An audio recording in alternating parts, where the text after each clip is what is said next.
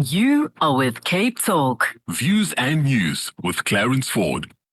Welcome back. It is Views and News at 9:35. My name's Clarence, and nearly time for the Naked Scientist. You want to be sending through your questions for the Naked Scientist via WhatsApp on 072 567 1567. If you want to jump the queue, because that queue's already long, you can call on 021 446 0567. 021 446 0567. You can speak to Dr. Chris Smith directly. And as I said, you will jump the queue. Consultant virologist at Addenbrooke's Hospital, Cambridge, Dr. Chris Smith, via Zoom from the UK. Welcome. Good to have you back. Good morning. How are you? I'm good. It's my baby Candy, my dog Candy's 8th birthday today. Oh, happy birthday. Yeah, I know. She's a sweet rescue. She was rescued out in Wolseley. And yeah, kind of sad story, but she's kind of embraced. So she's 8, you're saying? So if she's 8, that means she's 56 in human years. She's my age. Yeah, I want to check on that. Is she like my age? Do I reason with her differently? I don't know. Maybe she becomes more rigid in her thinking and, unwilling to embrace change. That's what we're all accused of as we get older, isn't it? It's probably true, actually. I think we do kind of get a bit stuck in the past. Okay, so it is times 7. You say that is a fair estimate of a dog's aging. I've had this conversation with a vet, and because I said, where does this come from? And they said to me, well, really it's a reflection on the fact that if you think about dogs are smaller animals, humans are bigger, and bigger animals tend to have a lower metabolic rate than smaller animals. Dogs being on average smaller, a big dog weighs 30 to 40 kilos, a really big dog maybe 50. A human average is about 60 plus kilos, isn't it, if you think about it? So a dog is a smaller animal, therefore it's got a higher metabolic rate. It's got to produce more heat to keep itself warm, and their metabolism runs faster anyway. They're fighting off infections with a more agile immune system.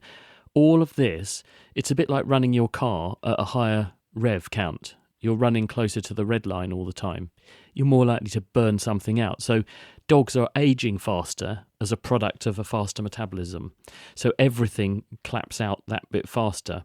And there isn't really the benefit from dogs to have great longevity because they grow puppies in, if you think a dog gets pregnant, it has puppies within a couple of months, doesn't it? September, October, November. Yeah, it'd be about 2 or 3 months gestation. The puppies are growing very quickly. Within a year, they're pretty much full size. By a year and a half, they're definitely full size and perfectly capable of having more puppies. So dogs grow and rear very, very fast. So there's not a great benefit to being a really long-lived dog. Whereas in animals with a social structure, take an elephant, for example, or a human, where there's a big social structure where you really gain benefit through having many older individuals in the community to provide the community that provides the nurturing environment for the young. There isn't that same benefit. Dogs compete by having enormous litters of puppies. We have longer gestations and smaller number of offspring. Therefore, we benefit from having more older, longer-lived individuals in the community. So there's not really the same selection pressure to make a dog live a long time like there is for a human. So they live fast, die young, as it were. There we go. It's confirmed then. Times 7 to get the human age kind of. Zuki's on the line from Bloberg. Welcome, Zuki. Go ahead for the Naked Scientist. Morning, Clarence, and morning, Dr. Chris. So, temperature has been a topic for us this week with all this heat. But what I'd like to understand is often on a not particularly cold day, I will experience that I am feeling cold, even though if you touch me, I feel warm. So if the human core temperature is like 37, and if you touch me, I'm feeling warm, how come I'm experiencing feeling cold? Hi, Zuki. Well, the answer to this is that we are, as you say, homeothermic, warm-blooded. We try very hard to maintain a steady body temperature, and all of our systems are engineered around that. Our enzymes work optimally at body temperature. We therefore have various mechanisms we invoke to keep that temperature the same. If we are getting too cold, the first thing we do is we get out of the cold. We put more clothes on. We also increase our metabolic rate. So you increase your level of thyroid hormones because the thyroxine drives metabolism across the body. You can also invoke mechanisms like shivering and thermogenesis, where you actually activate muscles, because muscles are not very efficient at making movement. They're much more efficient at wasting energy and producing heat, but that's very useful when you want to warm yourself up.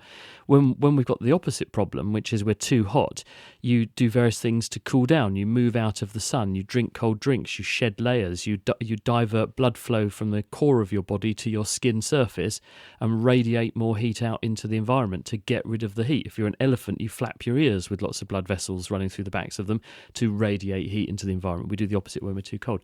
So there are all these measures and mechanisms we use to control our temperature. And when you're feeling cold, often this can be because you are hungry. And if you, even though it's not that cold outside, you might think, oh, I feel cold.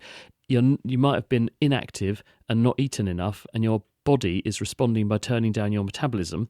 And as a result of the metabolism dropping, you feel colder, and it's your body forcing you to conserve energy. So it might be that that's part and parcel of it. If you're not doing so much because the weather's not so good, you feel a bit, don't want to go out and do anything. Because you're less active, you're not producing as much heat. And metabolism might be lower because you might not have eaten. Could be a combination of one, the other, or both.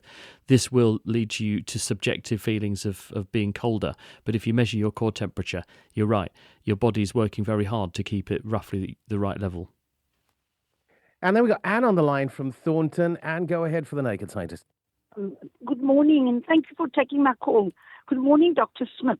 My question is famine mentality or famine syndrome.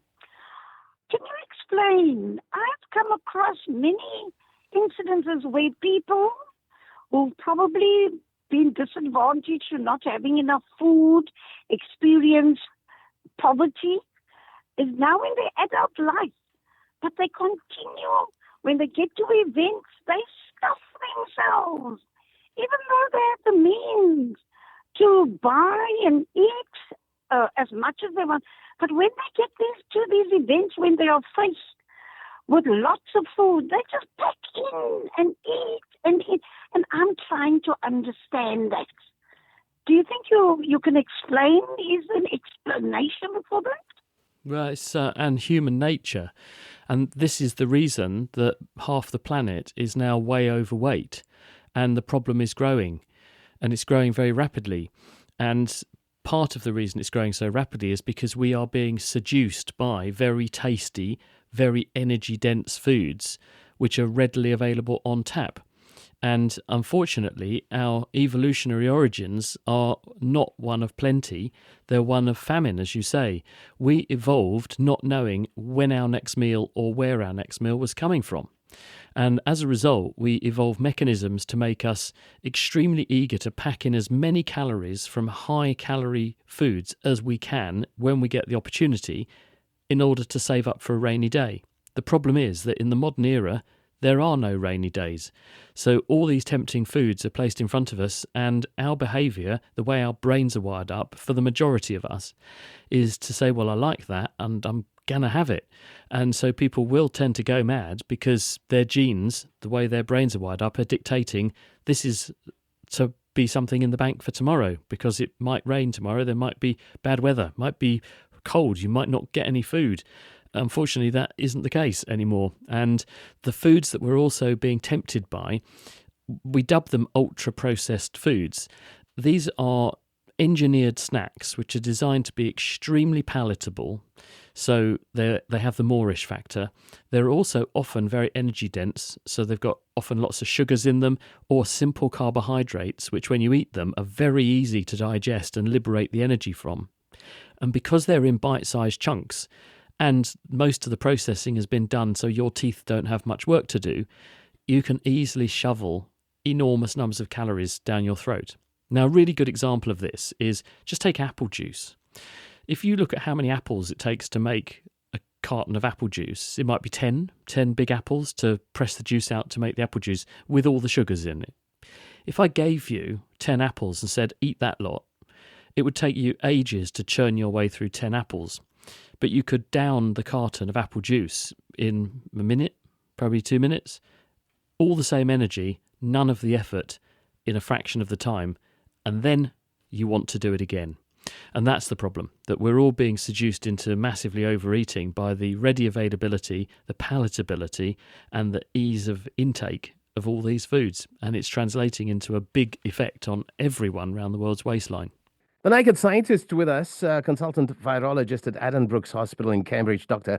Chris Smith, every Friday just after 9:30. If there's a question that keeps you awake at night, this is the chance to get that out of the system. And you can do that via WhatsApp at 072 567 1567, or you can call 021 446 0567. It is 9:45, and since we're on the topic of the apple, I'm not quite certain if this is a question or a statement, but Miranda writes, after Adam and Eve ate the apple, the first thing they became aware of was that they were naked, i.e., sexual sin reared its ugly head. Was it the apple or was it the pomegranate? I'm not quite sure. But is that a question? Is there a response necessary?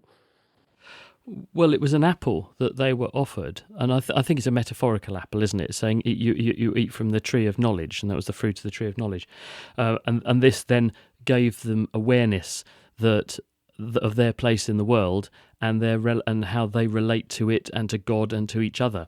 I think that was the thinking. It was trying to give people the idea that when previously they were made, they were unaware, and then suddenly they were given that awareness. But with that awareness comes great responsibility, and we're not always very good at using that responsibility and that insight to this day. Is she proposing that the apple is an aphrodisiac? Because it is so. proposed that a pomegranate is more of an aphrodisiac. I don't think that she's that because it wasn't that they wanted to have sex. It was that they were aware they were naked. Remember, so maybe they were the first naked scientists. Who knows?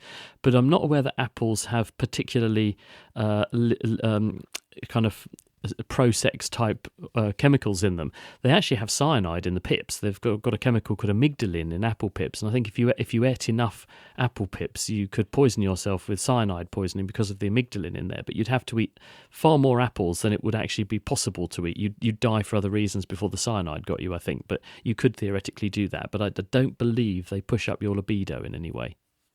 Can you talk to the pomegranate, often called the original forbidden fruit? Yeah, I didn't know that. Well, I didn't know pomegranates were supposed to up your libido. Is that true? I think it's going to be sold out today because it's but maybe you can come back and tell us more about the pomegranate next week. Let's go to the next question. When it comes to sight, how do I know that Clarence sees the color pink, for example, the same way I do? What makes certain colors complement each other when we look at them?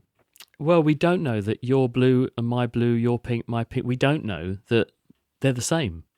All we know is that our brains are wired up very, very similarly, and that when I show you a surface that's pink, we agree, yeah, that looks pink. But that's because the same person who told me it was pink, or the same school of thought that said it was pink to me, said it was pink to you. But we don't know if the neurological experience, what you're seeing in your mind's eye, is the same experience that I'm seeing. It's impossible to know. We just know that the same bits of the brain are processing sight in you. This will be the back of your head. When you're looking at something, you're looking at a picture in front of your TV screen or something, the picture is actually upside down and back to front and being rebuilt at the back of your head. But we see it in front of us, in front of our eyes. But actually the experience is all going on in our brain at the backs of our heads. And there is a certain part of the occipital cortex where vision is processed that does colour and adds colour to the image we see. Because the way that when we build a visual image, we don't just process the whole image all at once. There are one region of the brain looks at just building a visual image, another layer adds colour to it, another layer adds movement to it, and then other elements of the picture are extracted and farmed out to different brain regions. So the superior temporal gyrus, the bit of the brain on the temporal lobes, remembers faces. And if you damage that, you can look at a picture of people that you've known all your life and you cannot recognise the faces of any of them. Some people have this, it's called prosopagnosia, just can't tell faces. So we don't know whether when I look at a face and you look at a face, you look at a colour, I look at a colour, my brain is showing me the same picture in front of my eyes that yours is. But we do know that the same regions of the brain do those same jobs in you and I. Does that make sense? Absolutely. Elizabeth in Deep River, go ahead for the Naked Scientist. I'm just talked about being naked and loss of innocence and all that sort of thing. But is that awareness of being naked solely a human thing? Because we had a Maltese, and I know one of the grooming people overshaved him, and he was embarrassed every time the doorbell rang, and we had to put a jacket on him. And then I also noticed, like, female Labradors that I've had, they don't like doing their business in public, or, they feel watched, so they like to go off into the bushes. So is shame a human thing or a mammalian thing? Well, the reason that animals are wary is that when they're squatting down to go, they're more vulnerable, aren't they? They're less likely to notice what's going on. They're more disabled physically at that point because they've got to get into a certain position or posture where they might suddenly have to spring off, and you're more vulnerable. When you're on the move, you're less vulnerable. So an animal, when it is attending to its bodily functions, is more susceptible to being caught, attacked, eaten, whatever. So they do tend to be more cautious and coy about that kind of thing. But I don't think animals suffer the same level of embarrassment that humans do, because the reason that we're able to be embarrassed by things is because we have a very well developed front part of our brain which enables us to have what we call a theory of mind.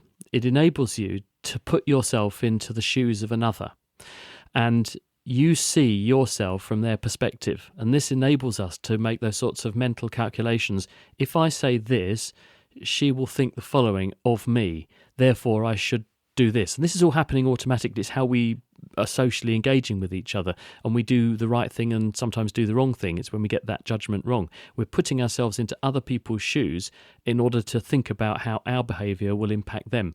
We don't think that animals, certainly lower animals in the sort of dog category, we don't think that they're capable of doing that in the same way, or that they ever do that. Certainly not to the same extent that we do.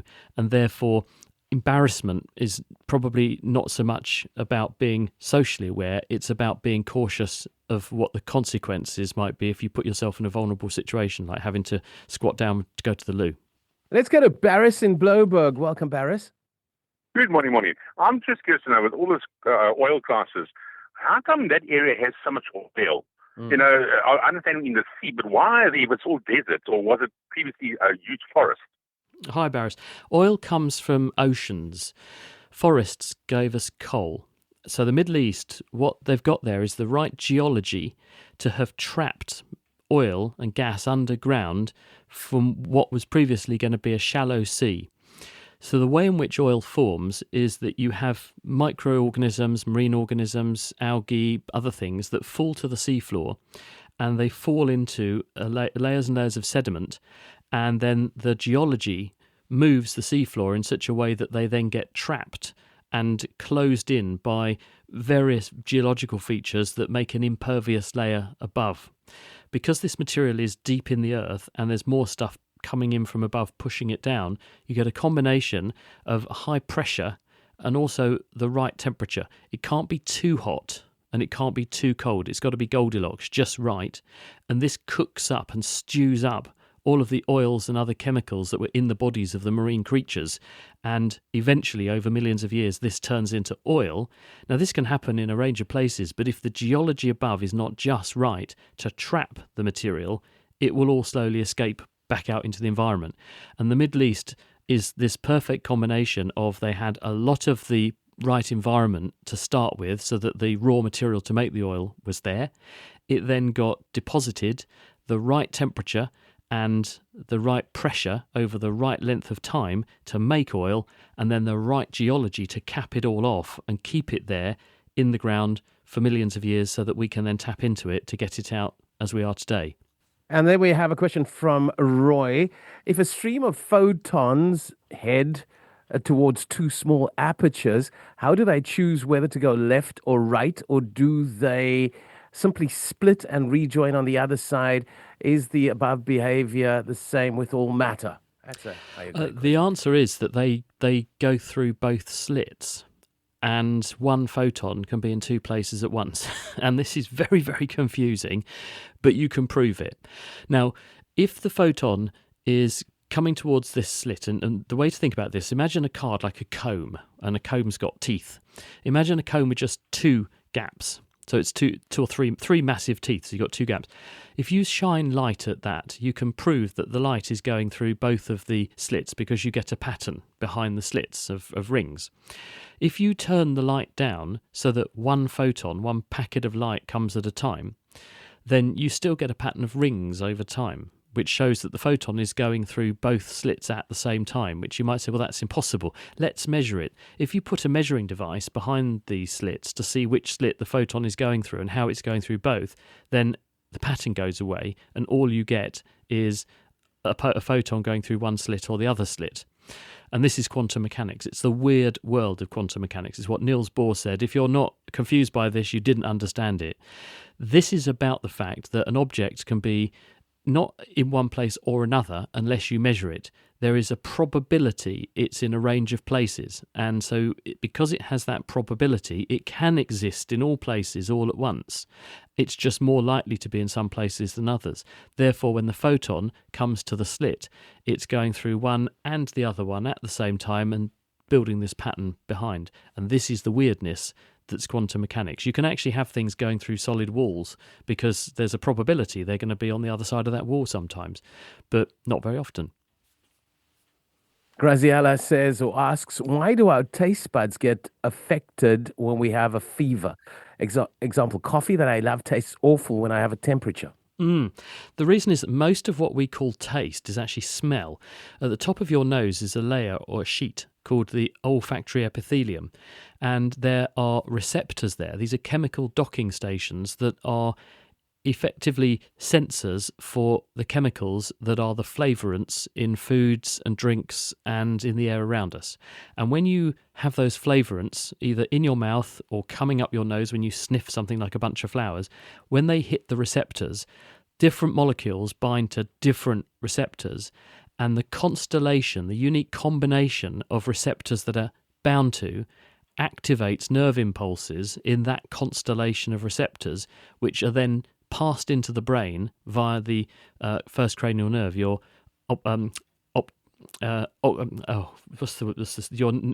first cranial nerve, the smell nerve. Sorry, I've had a late night.